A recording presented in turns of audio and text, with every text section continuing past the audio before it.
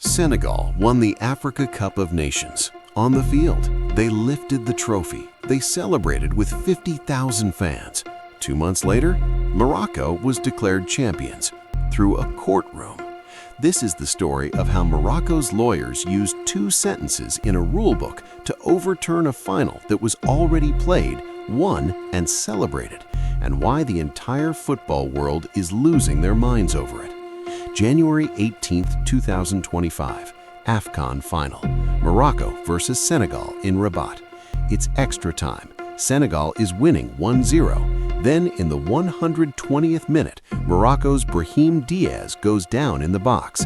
VAR intervenes. The referee points to the spot. Penalty to Morocco with seconds left. But Senegal's coach, Pape Thiaw, does something insane. He walks his entire team off the field. Every single player. They refuse to play. For 15 minutes, the stadium is in chaos. Eventually, they come back. Edouard Mendy saves the penalty. Senegal wins 1-0. Trophy lifted. Done. Or so everyone thought. CAF held a disciplinary hearing and absolutely destroyed both teams financially.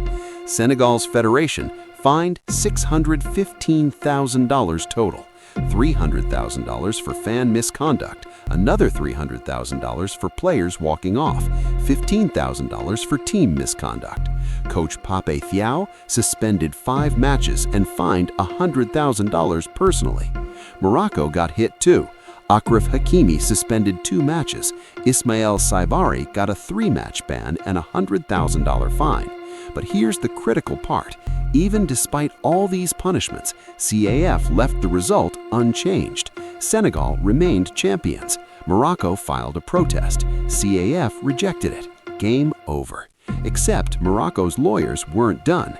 They appealed to the CAF Appeal Board with one final argument.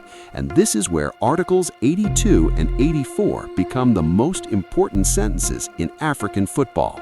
Let me read you exactly what these articles say. Article 82, Section 1.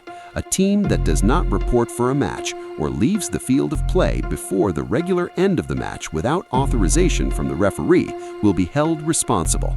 It will be considered to have lost the match and will be eliminated from the competition. Article 84 specifies the punishment. A forfeit results in a loss by 3-0 or a greater score difference if the non-forfeiting team was already winning by more.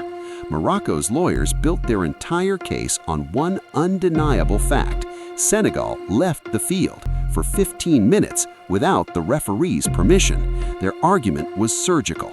Article 82 doesn't say you can't come back. It says if you leave without authorization, you forfeit. The moment Senegal walked off that field, they violated the regulation. What happened after is legally irrelevant. And here's the genius part. The article says, shall be held responsible and will be considered to have lost, not maybe or can be, shall and will. That's mandatory language. That's not up for interpretation. Morocco's lawyers argued the referee doesn't have the authority to override a written regulation. If a team leaves the field without permission, Article 82 automatically applies. The referee letting them back doesn't erase the violation. March 18, 2026, the CAF Appeal Board delivers the verdict. The appeal is upheld. The match result is set aside. Senegal forfeited under Article 82.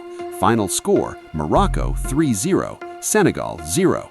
Morocco are Afcon 2025 champions. A match that ended 1-0 on the field is now officially 3-0 the other way, 2 months after the trophy was lifted. Now here's why this is tearing football apart. Senegal's argument is simple. The referee is in charge of the match. He saw us leave. He allowed us to return. He completed the match. If we had actually forfeited, he'd have blown the whistle right there and awarded it to Morocco. He didn't. That's his decision to make, not a disciplinary board's 2 months later. But Morocco's counter-argument is legally bulletproof. Rules are rules. Article 82 is crystal clear. There's no exception that says unless the referee lets you come back. You leave without permission, you forfeit, period. The referee can't just ignore a tournament regulation because he feels like it. And this is where it gets really complicated, because both sides have a point. Senegal is right that football has always operated on the principle that the referee controls the match. His decisions are final. If he says play continues, play continues. But Morocco is right that written regulations exist for a reason. If a referee could just waive any rule during a match, what's the point of having a rule book?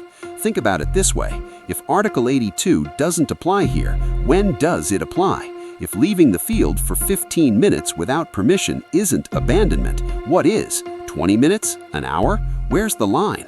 Morocco's lawyers found a technicality that everyone else missed. For years, teams probably thought as long as we come back, we're fine. But Article 82 doesn't say that. It says you leave, you forfeit. End of story. The human cost of this is devastating. Sadio Mane called that trophy the best of my life. He cried holding it. Now, 2 months later, someone's telling him it wasn't real. Give it back. For Morocco, they never got the moment. No celebration, no confetti, just a legal document saying you're champions now. Their first title in 50 years came via email from CAF headquarters. Senegal is taking this to CAS, the Court of Arbitration for Sport. That's the final court. But here's the problem. CAS usually doesn't overturn decisions unless there's a clear procedural error, and Morocco followed procedure perfectly. So the question becomes, did Morocco's lawyers pull off a legal masterclass, or did they exploit a loophole to steal a championship? The answer might be both. This sets a terrifying precedent. Any team that's losing can now file frivolous appeals, hoping to find some technicality. Any completed match can potentially be overturned months later if you find the right rule. What's the point of playing if a boardroom in Cairo can change the result 2 months later? But on the other hand, if we don't enforce written regulations, what's the point of having them? Right now, Morocco are officially the 2025 Afcon champions, but millions of people will never accept it. This is the most divided football has been over a result in years. Let me know in the comments, did Morocco deserve this? Are they legitimate champions because they followed the rules? Or did Senegal get robbed because they won on the field? Because here's what we learned. In modern football, winning on the pitch isn't enough. You need to win in the courtroom too. And Morocco's lawyers just proved it. Subscribe for updates when CAS makes their ruling. This story is far from over.